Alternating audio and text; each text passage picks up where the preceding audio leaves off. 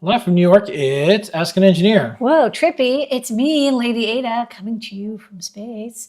With me, Mr. Ladyada. I'm the engineer, and he's on camera control, video control, and doing a lot of the marketing and content and stuff. That's true. Including running the show. What? It's true.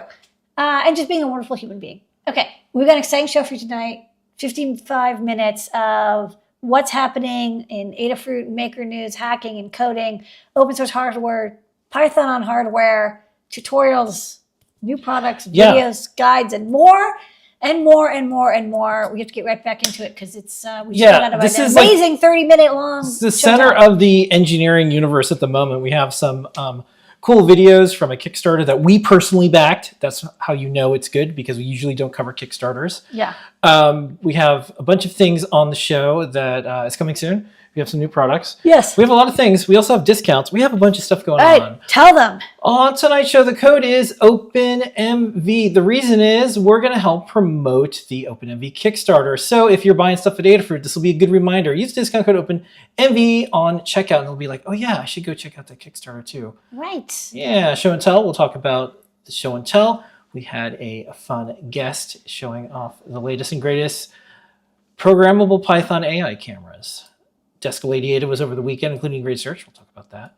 JP's product pick of the week, we have a highlight. A big milestone in the world of Circuit Python. We'll talk about that. We have some open source hardware news and more. And if we have time, I might play your interview from Arduino Day with the CEO of Arduino, Fabio. We have Learn guides. We've got 3D printing, including rapid render, where we show you all these tools to help you get further along in 3D printing using all these enormous AI or whatever tools to make something out of your imagination go into CAD easier. We've got NPI, new product introduction, brought to you by DigiKey. This week it is from Raspberry Pi. You all might know about this, but you will love it when you see it. New products, top secret, bunch of cool stuff. We answer your questions, or the ones that you put on social media and more all throughout the week, and the ones from Discord, adafruit.it/Discord. Put your questions there throughout the show. All that and more on, you guessed it, yep. Ask an Engineer. A lot going on. Okay, there is discounts. There is free stuff. Check it out. And there's also same-day shipping in New York. Okay, first off. What's the code all about? This is what the code's all about. Just a reminder. So this is earlier today, maybe like an hour or so ago. This is low-power Python programmable AI cameras from OpenMV. They hit their goal of 50K. They're up to 73K. There's going to be stretch goals, I'm sure, all sorts of stuff. But do get this before the tiers run out. There's a little 53-second video, and then we're going to talk about it on the other side.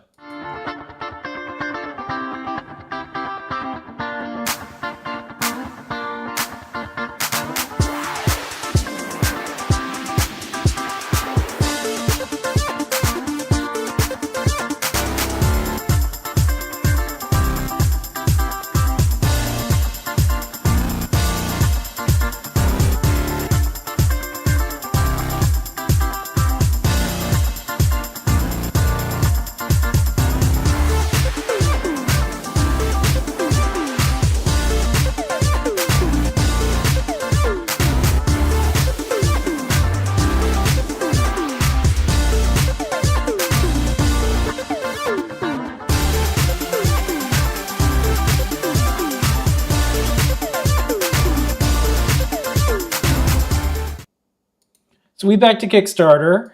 We're backer. It's such a good deal. I mean, first off, I will say we're not. I don't run the Kickstarter, so I cannot promise. We have nothing to do with Whatever. this. Yeah, But- we're just fans. We're just doing the part that it said after we backed. Tell your friends. Right. So the thing that I like about it, it's like there's two different cameras. One is super tiny. One is beefy and unbelievably powerful. We talked with Quibena on the Show show and tell. He detailed like in depth the chip selection. You like this chip. You were just like, I was like, this is really cool. I was going to ask a bunch more questions, but you're just like, tell me more about this Well, chip. I mean, the sensor, and I believe he's got the MicroPython stuff working with Damien. Damien's work, all-star cast. All-star cast. This chip is it's like a dual M55 Cortex, 800 megahertz, with external like up to 64 megabytes of RAM, and it's got optimization for TensorFlow Lite for microcontrollers has already been done, and so you can get 30 frames per second VGA YOLO, image recognition. You can actually really do this chip had everything. Like small, physically small, low current, 60 milliamps, I think he said was the current draw, image recognition on the fly without cloud access. Yeah. On device. And like, I think he said like for drones, for robots, for people doing science projects where they want to detect things. But again, you don't necessarily have Wi-Fi. You don't want to depend on having a cloud. You don't have to send images back and forth. Microlab is well supported on these chips now, so you can do gigantic buffers, take your images, process them. Lots of RAM for MicroPython. Yeah, lots, 13 megabytes on the A3, and then I think he said 64 on the N6. These are like, also these are, by the way, really good connectors. Yeah, and the smaller one. I think just if you are interested in these extremely powerful vision chips, there's no better deal. Like if you try to get dev boards for this kind of stuff, it's going to cost you $1,000. This is like $200. You get everything. It's known working. There's known software. All these add-ons they have are like thermal cameras. They have all sorts of other cameras, a motion camera. Global shutter support, cool stuff. So we backed it, and we're also trying to use, our platform for crowd-funded hardware where we're not going to have to tell the community like, oh, sorry, we shouldn't have told you that. So our idea is like, we'll do what Kickstarter is doing, which is kind of revamping how they're also approaching hardware. Lots of communications with the hardware makers. Like, I know this is going to ship. I know I'm going to get this one. But I thought it'd be neat to have the maker, the creator, the engineer come on our show, one of our shows, and then they talk about the beginning. And then while they're in process, they talk about how they're doing. And then at the end, and then have some of the people who backed it. I just think he's been doing OpenMV. It feels like a decade or more. Yeah, like he really loves. Is it just you? There's a lot of people. There's a lot more people, but it's like he's just. All I've seen is like that's the same thing that happens to you. I'm not sure about cameras. Yeah, same thing's happening to you. Either someone thinks Adafruit's a giant company, or they're like, I thought it was just you, Lamar. Yeah, so it's actually just 50-50. Depends on your own. Half of them say like, is there anybody else? They have them say is. Like, or do you actually do anything? So yeah. Anyways, check it out. So this is where they were at when I screenshotted. So 336 backers plus 73K. Our last one that we backed was the Particle Tachyon, and we did a partnership with it. That one there was like a free Adafruit IO thing, but this one we don't have nothing to do with at all. No monetary connection. I think it's cool. Also, it's Python hardware. Always into supporting that. If you want to do any type of machine learning on the edge, which is where it's all going, like think how fast this chip is now. Nothing's going to be as low power and as open, as packable. It's like every week, it's like this giant terabyte, gigabyte token model, blah, blah, blah, is now on like this like super Mac. Well, it's going to be a chip one day. And Python is one of the ways to do this. So anyways, I was trying to think of ways to, like, how do you excite young people to do things with electronics and more. So anywho, we do the Desk of Ladyada every Sunday. There's two parts. You got a chance to play Dark Castle again. Yes, I still suck at it. I was showing off Jepler, who, like, as we mentioned, this is his last week at Adafruit. He's going off. He's retiring. In a blaze of glory. In a blaze of glory. Believe me, I would chain him into my basement at Dark Castle and make him write code forever. Now, he's amazing, awesome. He's leaving with a great project. She just wrapped up the Mac emulator, the Pico Mac emulator, ported to the Fruit Jam with DVI output and audio support over I2S. It sounds great. PSRAM, so we can do like System 6. A lot of stuff is working on it. We also showed off After Dark because that had audio as Yeah. well. We're going to show this in the top secret section. Oh, sorry. Some of the video. It's top secret. But another great demo coming to Fruit Jam real soon. All right. And then we do a great search. What did you look for? I looked for a little 8-ohm speaker that people could solder in to add onboard audio support for the Fruit Jam. All right, cool. All right. And then on Tuesdays, we do JP's product pick of the week. Take it away, JP. It is the Metro RP2350. I have the flex connector going to the HSTX connector and then to the little breakout for HDMI-shaped DVI video. And you can see I've also got a USB keyboard plugged into USB host there on the board. So all those things are happening inside of CircuitPython. If we take a look on screen, it says, welcome to Metro RP2350.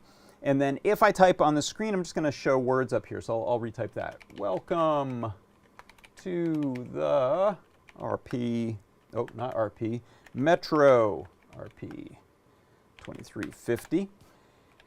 Hey, now it's a disco.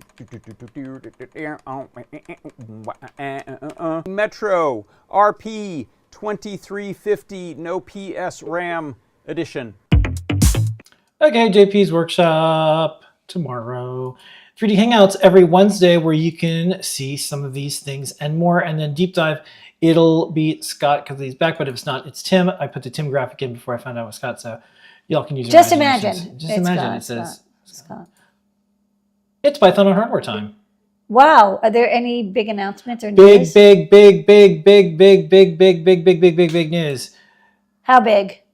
600 big. Okay. 600 big. So we are about to launch CircuitPython.org, a new website, but here is the classic view, and check it out, 601 boards. Wow. So what does that mean, Ladyada? When we say 601 boards, what does that mean? Why is this a number to keep track of? Why is it interesting? This is cool because when we do, first off, GitHub Actions must hate us because we do a compile of all 601 boards. We're not the worst. But whatever. But also, it's We're not the worst. It's just funny. We're not the worst. I'm sure there's. We're using it. We're really using it. We're though. responsible. There are hundreds of maker boards, eval boards, dev boards that encompass a range of chips, even just on the screen. We've got, I think it's T-Go, T-Pro, I'm assuming that's an ESP32 something.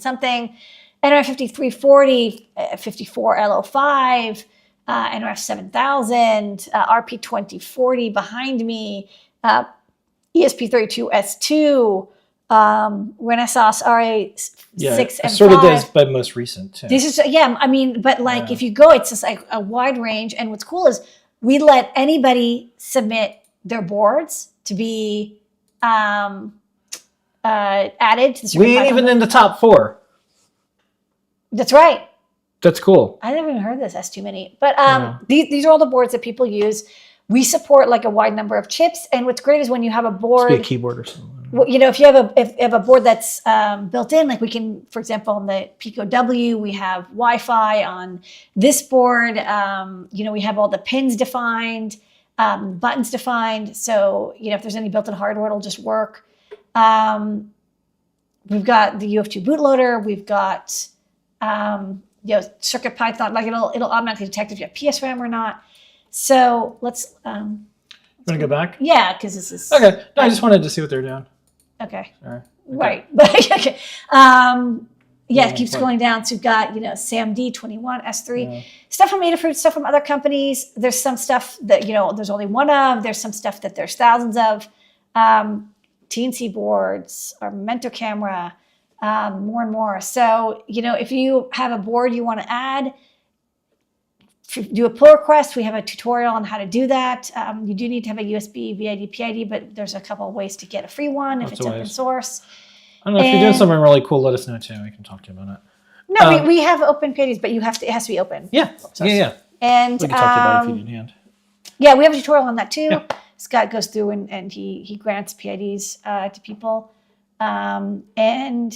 Just like we have, it's an open ecosystem. I'll say this: you did the very technical view. I'll say philosophically, and we were just talking about this with the OpenMV Kickstarter that everyone should back. They're doing a bunch of open source, so lots of people can make things and be part of it, including releasing how all the chip protocols work under an MIT license. So for us, success isn't just having our boards out there; it's having more boards than our own, because that means we built something so interesting it couldn't be ignored. People thought it was very useful to have it as part of their product offering or just part of the user experience. So that's good. Yay. Congrats to everybody who works on it. Thank you. That's a Okay. lot. Anyways, sign up for Adafruit Daily. It's a non-connected store site. It has nothing to do with your store account, and you just get it delivered Adafruit Daily, and then you get Python on hardware, and you get this news like 600 boards. All right, let's do some hardware news.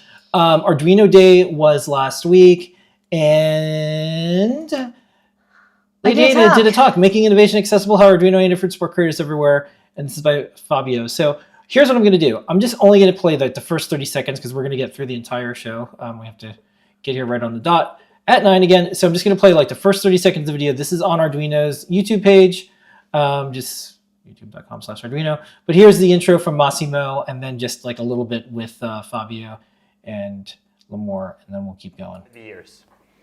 Well, with Limor, we've known each other for many, many years. She was there when we did the first meeting about open hardware, which was at iBeam in New York, a ton of years ago. She's been involved in this from the very beginning. So, I'm super excited to hear what she has to say about welcoming and inspiring the next generation of makers. So let's hear her story. Ciao, Limor.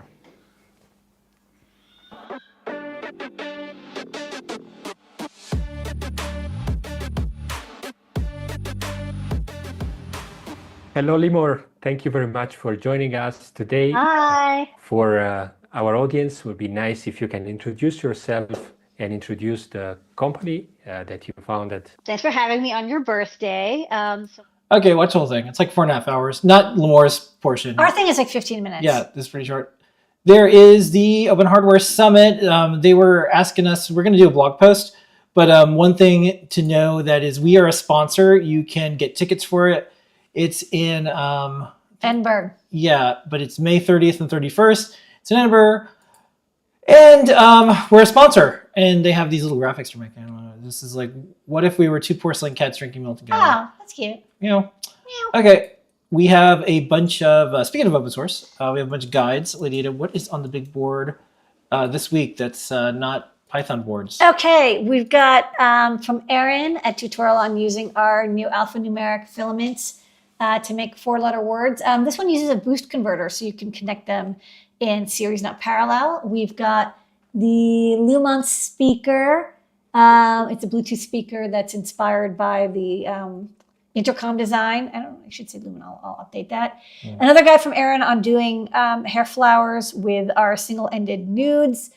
Update for the voice bonnet. Update for the Braincraft. I think this is to make it work better with the Raspberry Pi 5. And I think that's it for this week. Yeah. All right. And then just because we're on a time schedule, I don't know what other type of schedule there be.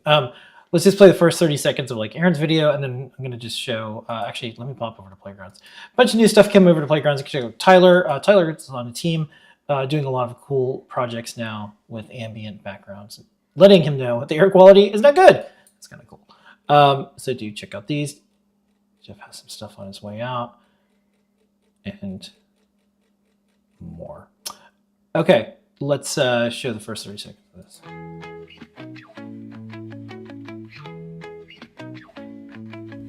Hi, I'm Erin St. Blaine for Adafruit, and today we are making beautiful light-up hair flowers. For this flower, I'm using these little Adafruit nudes. These are little... All right, you'll be able to watch all that and more. Don't forget the code is OpenMV. Let's go right to 3D printing, and we're going to play 2 videos back to back, and then we're going to see you on the other side. Hi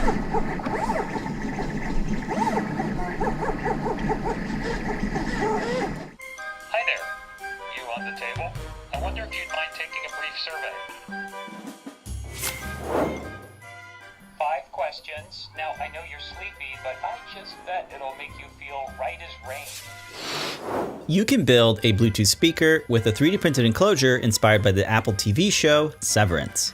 It's a fun project that pairs nicely with music ranging from reckless disco to defiant jazz.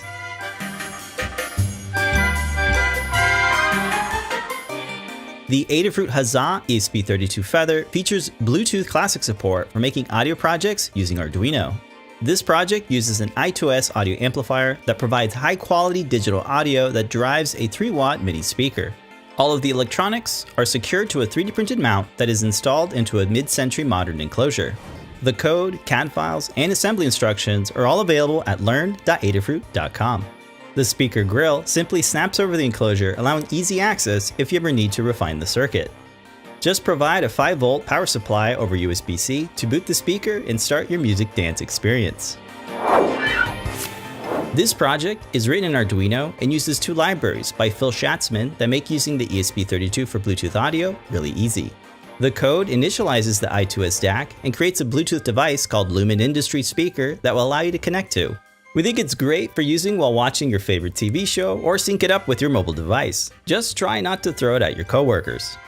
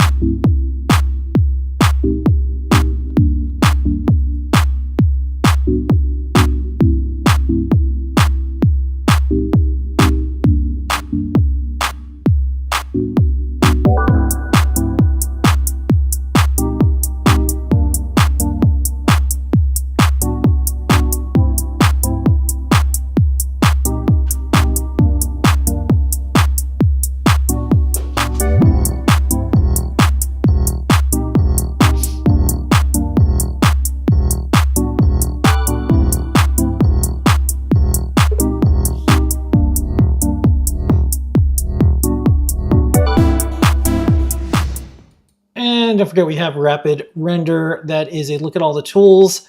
Don't believe the hype. Most of the AI tools for 3D and all that, they're probably not going to work out. There's probably one good one, and we're going to find it. So each week, Noah and Pedro go through, usually the ones I send them, and I'm like, hey, look, new model on Hugging Face. You type in teapot, and it makes a teapot, and then you can print it out.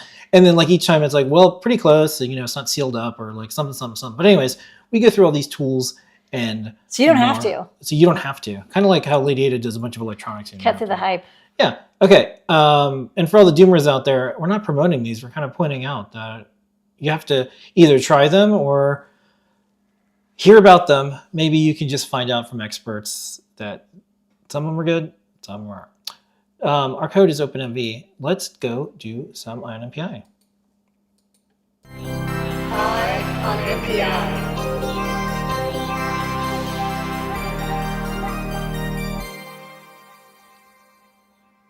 Ion MPI brought to you by DigiKey. Every single week, Ladyada looks at new product introductions. NPI from Raspberry Pi. What is this? I know, it rhymes. All right, this is hot off the press. I was actually going to do a different NPI. Yeah. But I bumped it because... We pivoted. We pivoted because at the last minute when I checked DigiKey's website, they had the RP2350 chips in stock, which they didn't have last week. So it's very exciting. This is the update to the RP2040. Here's just, the data sheet front page for the 2040. For those who remember, this was released, January-ish 2021. It was a dual-core ARM Cortex M0 Plus, so it didn't have an FPU, but, it was a pretty fast processor at 130 megahertz. One of the things that was nice about it had a lot of RAM. You did have to have off-board QSPI memory. It had UARTs, SPI, I2C, PWM, timers, USB, and this thing called PIO, which was kind of a weird, what is this? Maybe you could use it to drive NeoPixels, but now it's everybody's favorite off-Broadway peripheral, right? It's not a standard. It doesn't come with any other chips, but it's a feature favorite of the RP2 series. So what what's great is never one to rest on their laurels. They've released the RP2350. So this is the upgrade to the 2040. The biggest things that were upgraded were the chips from a Cortex M0 to a Cortex M33. This is an ARM V8 processor, so it's the generation after the M3 and the M4. Dual core runs at 150 megahertz, doubles the amount of on-chip RAM, so it's now a little bit more than half a meg. Still use QSPI flash, but now you can use PSRAM. The low power support is much, much better. Better security features, and they had a big hacking contest to verify those hacking features as well. And an extra PIO machine. So I think the previous one had, I don't want to call them state machines, they're like runtime, whatever devices. So the RP2040 had 2, this one has 3. HSTX, and what I think is very neat is now comes in 2 chip sizes, not just a QFN60, but also a QFN80. The QFN80 is personally my favorite. Still has the 2 UARTs, 2 SPI, 2 I2C, and PWM. Oh, also the QFN80 has 8 analog inputs, not just 4. So another improvement. Overall, it's like a nice big bump. It's familiar for people who know the RP2040, but it adds a little bit more. The Pico SDK is back compatible. A lot of like people's PIO code is going to be back compatible, but more capabilities. So like I said, much more RAM. Another thing that's really neat is you've got Cortex M33s, or if you want, you can try out the dual RISC-V processors. I will say this is more sort of like experimental, exploratory if you want to play with RISC-V. This is a low-cost chip that is available. Whereas there's, to be honest, not a lot of RISC-V processors out there that are available and low cost and have a lot of really good peripherals. One thing is, if you want to try cross-compiling your code to run on the RISC-V, you can either have the RISC-V running or the M33. You can't have both because they share the peripherals. The code runs a little bit slower cycle per cycle, and also your code will be a little bit bigger because ARM is just very good at having a compressed command set, and RISC-V is not as much. So, for people who are interested, it's there. If you're not interested, you don't have to use it at all. Like the RP2040, you will need to have external NOR flash connected. You pick 1 megabyte up to 16 megabytes. But what was really neat is you could also connect PSRAM, and that you couldn't do that on the RP2040.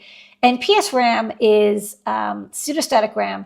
It's RAM that's externally connected, so it connects over the QSPI pins. Obviously, it's not going to be as fast as the built-in SRAM, which is like instant one instruction access. For PSRAM, you have to go off chip, and so there's you have to manage it and read pages at a time. But it's a way to add 2 or even 8 megabytes of SRAM for not a lot of money. You can get SRAM chips on DigiKey for $2. You can add, in this case, 1 megabyte of SRAM. And you can pick, again, there's 1, 2, 8 megabyte options available. And if you need really big buffers and you don't need instantaneous 1 cycle access to it, it's a great way to just add more memory especially for IoT. Another hardware improvement that was made is now there's an HSTX peripheral. So this is like a general purpose high speed transmit. It's only transmit, you cannot receive. You could probably use it for a couple different things, but basically what it's designed for is to be used as DVI outputs. You can use this to drive 8 lines differentially to create a DVI display. Just remember, you have to display from the built-in SRAM, so you can't use the PSRAM. So if you want a 320 by 240 display at 2 bytes, 16-bit per pixel, or VGA 640 by 480, but at 8 bits per pixel, 8-bit color. Those are kind of your options. You can also go higher resolution, but you have to kind of start being tricky with how you generate your scan lines.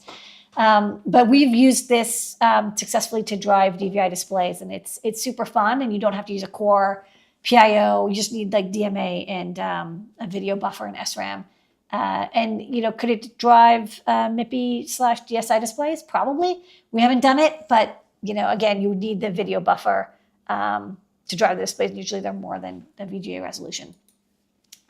As mentioned, one of the things we really like is there's the 60-pin QFN. I will note it is not pin compatible with the RP2040. It's very close to, but not quite. There is a slightly different power supply setup. Just, be careful. Don't think you can just drop in this pin. What I do like is they made the center pad smaller so you can have vias and traces going underneath for easier routing, especially if that 3-volt power line.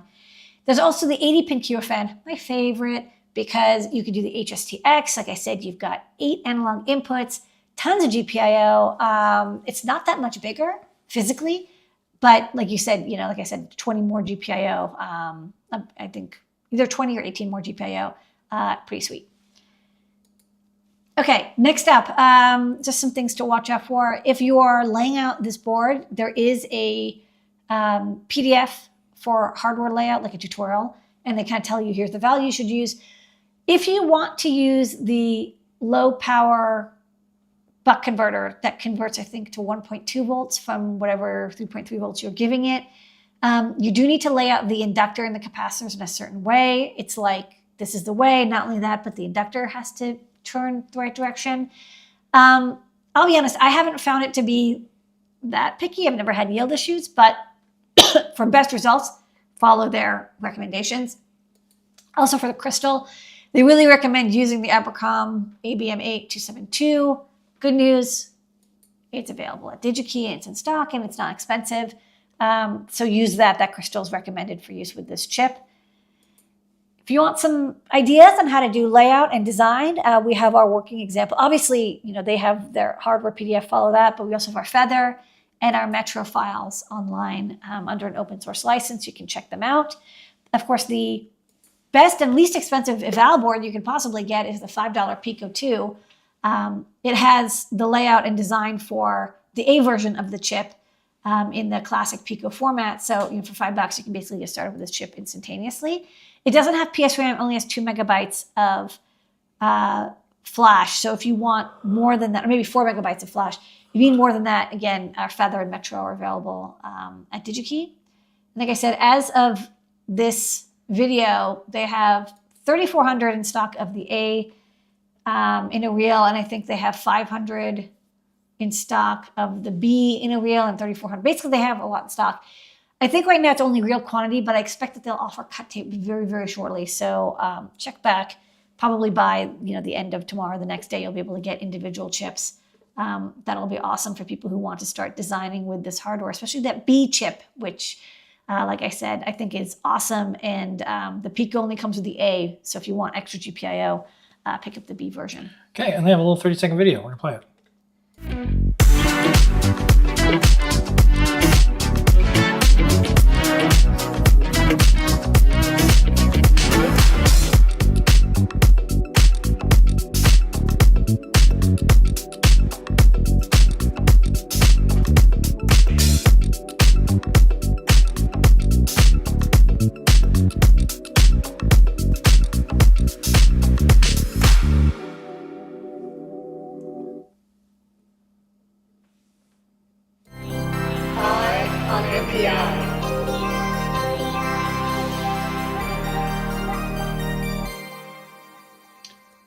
Okie dokie, we're gonna do new products and then some top secret and some questions more.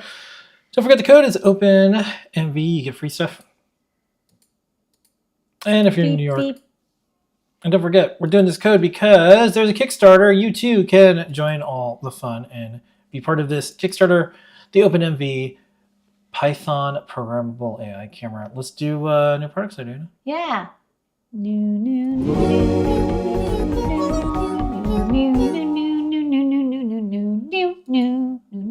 Okay, actually, this is an update. We've got an update to an old product number 2025. It's a 3-button mouse, little scroll wheel. Our vendor discontinued it, but since we're doing more projects with USB mice, we found another vendor. It's back in stock. If you need a simple, low-cost USB mouse, that works really great. We're doing some projects with CircuitPython and USB mice, so we wanted a known working example. You also have a new product from Raspberry Pi. This is their branded PoE injector. So what does this mean? If you have, okay, so if you're using a Raspberry Pi with a PoE hat, as shown here, and you have a PoE switch that provides PoE power, like that 48 volts, you can just plug in that Raspberry Pi, it'll get power to Ethernet over PoE. Wonderful. But what if you don't have a PoE switch? Like maybe you can't control what Ethernet because you're like a school or a business and your Ethernet jack isn't PoE, but you still want to use PoE. This will inject power in. So you power it with the with the wall adapter power thingy on the top there. It's an IEC cable, which you have a billion of. Ethernet in, and then it'll give you Ethernet plus PoE out. So it's basically like just injects the power part of PoE. And it's like to the standard, like the 802 something AF standard. I don't remember the number. It's in the product page. It'll work really great, and it's Raspberry Pi quality. So yeah, just don't forget to bring your power cord and your Ethernet cables. Next up, we have from Pimoroni. We've been adding a bunch of their products. This is their Plasma RP2350 board with Wi-Fi, so Plasma 2350W. This has an RP2350 board. It kind of looks a little bit like a feather. It's got all these like breakouts, and it's got terminal blocks that you can connect neopixels or dot stars to. So you get power, ground, data, and clock. You give it power over USB, so it can get like up to 3 amps of power from your standard wall adapter. And on top of the board, you've got your RP2350. I think it's got like 4 or 8 megabytes of flash. And it's also got this module, which you're like, what is that? Wi-Fi Bluetooth modules. That's the RM2, which is the same thing that's on the Pico W. So it's like the kind of the built-in, well-supported, known Wi-Fi Bluetooth Low Energy module. So it'll work really great with MicroPython or Pico SDK. So this is great for making Wi-Fi or Bluetooth network-connected light projects that you just plug into USB. Very simple, and it just works out of the box. Okay, next up. Next up, we've got, it's their e-paper. What's it called again? Inky Frame. Right, so this is the Inky Frame. This is like a 640 by 480, 7.3-inch diagonal, 8-color e-ink e-paper display using like the ECPD, I think. I don't remember the name, but it's like an official e-ink display that has multiple colors. It has a Pico 2W pre-soldered on, so it's great for getting like internet-connected images, graphics, displaying, weather data, your calendar. You can run it with MicroPython or CircuitPython. They've got like drivers and examples and code for it.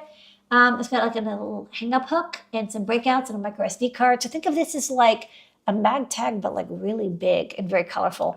Just one thing to note, the colors are beautiful, but they take like 30 seconds to refresh. So this isn't, if you're trying to run this off a battery, just be aware that it needs 30 seconds for it to like get all those colors through the electrical fields necessary to make them display. And the colors are not the full rainbow. So there's red, orange, yellow, and then there's like green and purple and light blue. It's like you don't get every color in the rainbow, so you do have to process the images ahead of time to get them into the right color space. But other than that, it's a great way to play with full color or multicolor e-ink e-paper displays. Alrighty, next up.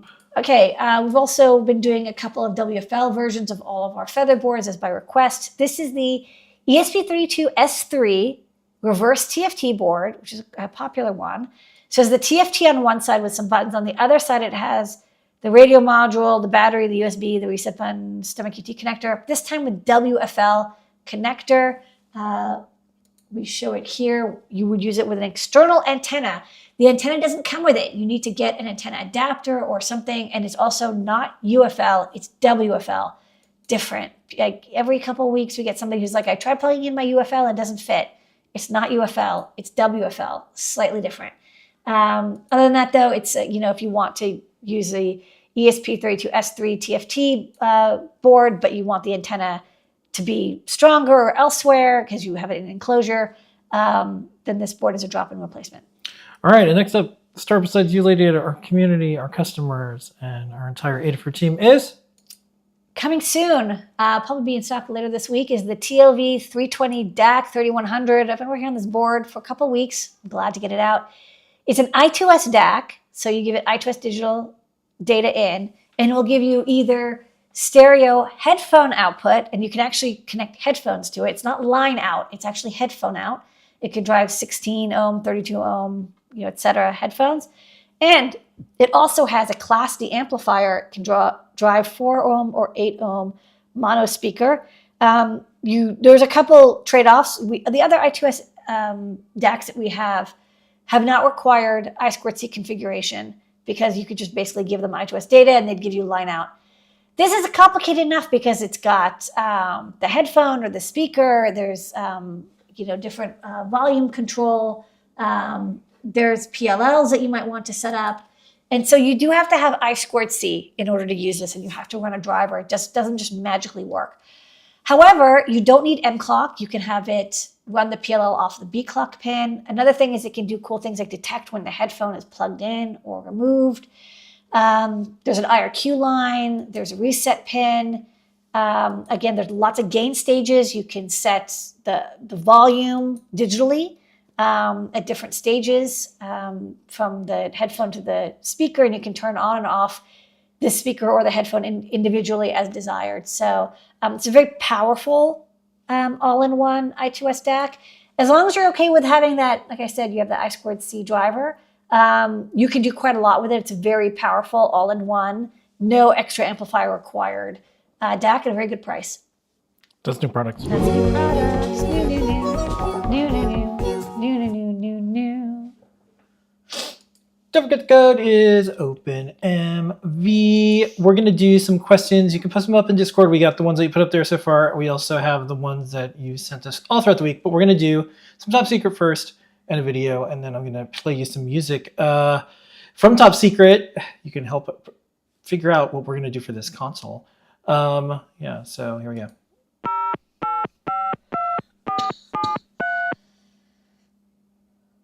All right, first up, I named this Dark Jam. Dark Jam. Okay, we are working on PicoMac support for the RP2350, and by popular request, we've got audio support going. So behind me, in front of me, you can see I'm actually booting the Dark Castle 1.2 System 3 diskette because for some reason it's not working under System 6. Happy Mac. Boots right into Dark Castle with that awesome music. And then, so I suck at this game. So I'm going to click demo because you don't want to watch me play. Like, I just get killed in 30 seconds. I got to get my practice back. But this game had great audio. What's cool is you're seeing the DVI output from the RP2040 board here, this DVI output, going into a USB capture card, so you're getting pixel perfect imagery. One thing I'm noticing is that there's a little bit of this flicker from a double buffer, and I don't know if that's from the original game. I gotta go back and watch the original game on an emulator to see if that's normal, if that's our hardware. But yeah, this is a classic game. People love it, and I think it's so much better to play it if you have audio going. So that's our demo. Good work to Jepler, who, by the way, did all of this. I had nothing to do with it, and got the audio going out I2S. So this is going to a speaker, which is then fed into the recording studio. All right. Working on the hardware real soon now. People will get the Fruit Jam boards in the store, and you can play all your favorite retro games on an RP2350. Squeak, squeak, squeak.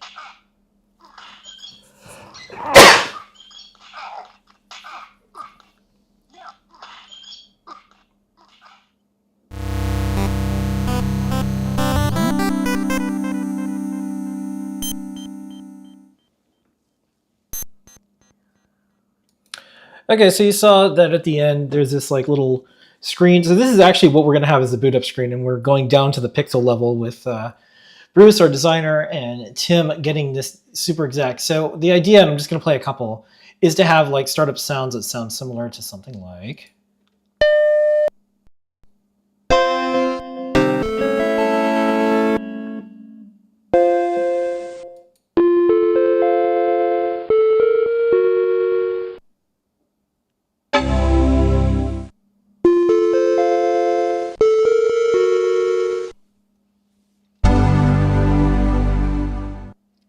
Lots of memories. So anyways, we have 3 selections. So I'll look in the chat. So here's the first one.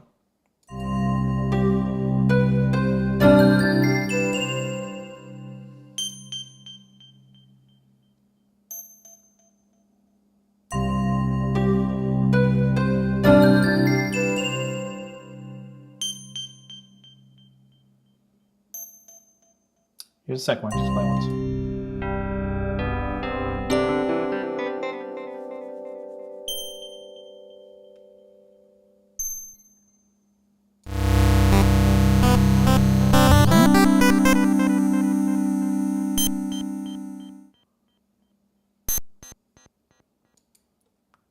So we'll see. Those are some of the startup sounds with the animation that can actually play on this, Yes. low-cost microcontroller. So guys, folks can vote. Let me know. I'll put them up somewhere online. And We also have to see what's technically possible. yeah, Yes. it was a little unclear. Okay, let's. And I was starting to do some research. What is the most listened to computer sound in the world? And it is probably Windows XP. It's Windows XP. And then after that, there is probably a Mac. Like there is Yeah. So anyways, that's top secret.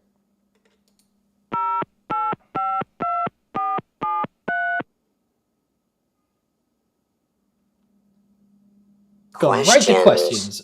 Okay. Okay, Ladyada, first up, Adafruit Feather RP2040 with USB host, brought 5 of them. Looking forward to the bigger, more powerful RP2350 updates on the release. Need that extra performance. Well, as we announced today, that you can actually get RP2350 chips, so we'll be able to actually design more boards with it. Like we weren't stingy, but we didn't have that many chips. We wanted to make sure that we could support the boards that we've got. So stay tuned. You'll see a lot of RP2350 variants coming soon. TLDR, yes. Okay, next up, I would love for you to do some videos of what you're coding and your thoughts behind it. And there's a playlist, fantastic. Can't wait to get my hands on Fruit Jam. I'm on the notify list. I'll watch every week on Desk Ladyada. You see how I code, and we do also sometimes do vibe coding late night. Check that out too. Okay, any update on the BLDC motor driver? Have not made any progress on it. Next up, this really cool project. I was wondering if a Pi 4 will work in the same setup. It will, but you'll have to use a different code because ours is kind of tuned for the Pi 5 and the PIO Matter library. Okay. Next up, how much accuracy is available for this device? All GPS, civilian GPSs that are not RTK will give you about 10 meters of accuracy.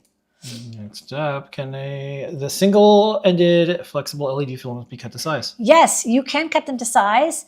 However, they won't be, you'll want to heat shrink them or something at the end or epoxy them because then you'll have this little exposed area.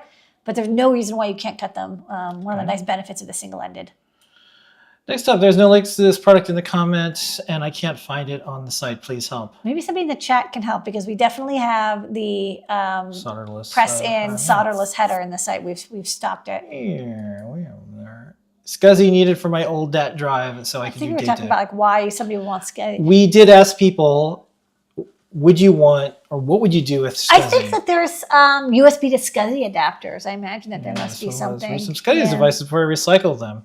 Okay. So, those are good. That's good feedback. Thanks for letting us know. Because technically, I guess think the like Fruit Blue Jam, SCSI also, Fruit Jam could probably do it. Yeah. Okay. Cool. Them's the questions from the chats. So throughout the week, that is. And for the chats, I bought a Metro with no PSRAM. What is PSRAM and what make it different to the one that has PSRAM? It's basically if you need a lot of memory to do IoT projects. The Metro RP2350 has 0.5 meg of RAM without the extra PSRAM. So unless you know you need it, unless you're writing code and it's telling you I'm running out of memory, you're fine. Also, you can buy PSRAM chips. We sell them on the site and solder it in and it'll just work. Okay. What's the best board for IoT projects?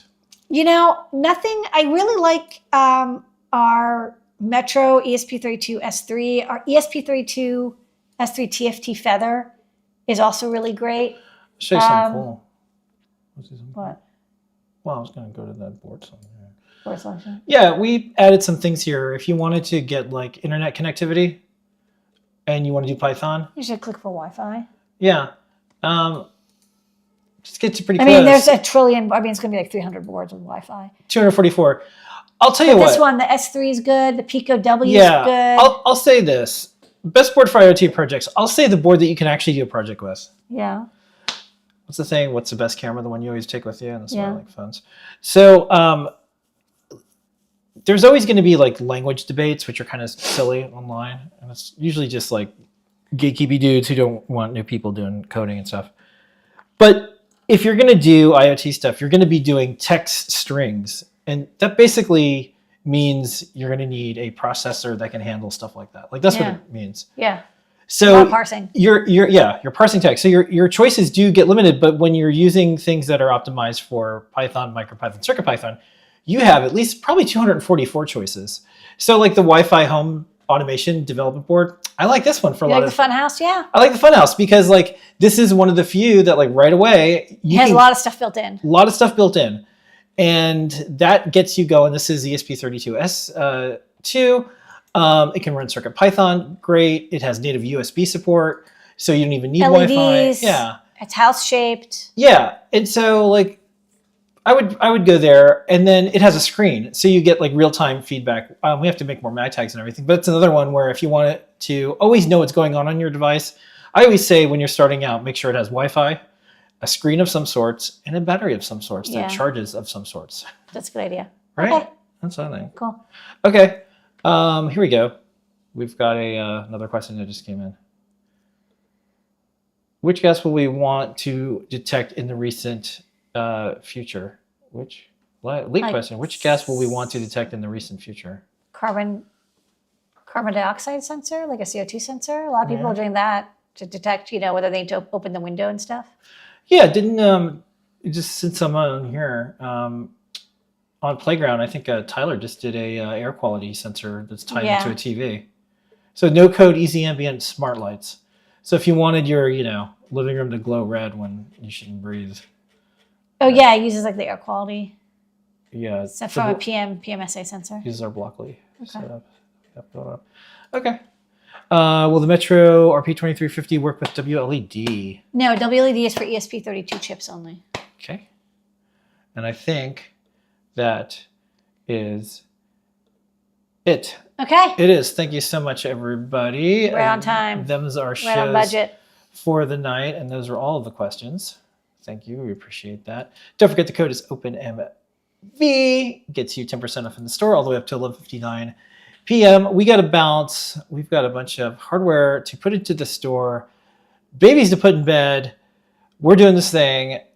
Going to keep shipping open source. Thank you so much, everybody. And special congrats to everyone at OpenMV who's doing an awesome Kickstarter. And once again, happy trails to Jepler, one of the... I always, in our meetings, I always say like coders are artists, but people still don't think of them as that way. What a great artist and what great art that came out of Jepler. Yeah. I thought that was cool. So cool. Okay. Thank you so much, everybody. We'll see everybody next week. Thank you. Well, it's an Adafruit production. Good Here's Ramon night. Ziner.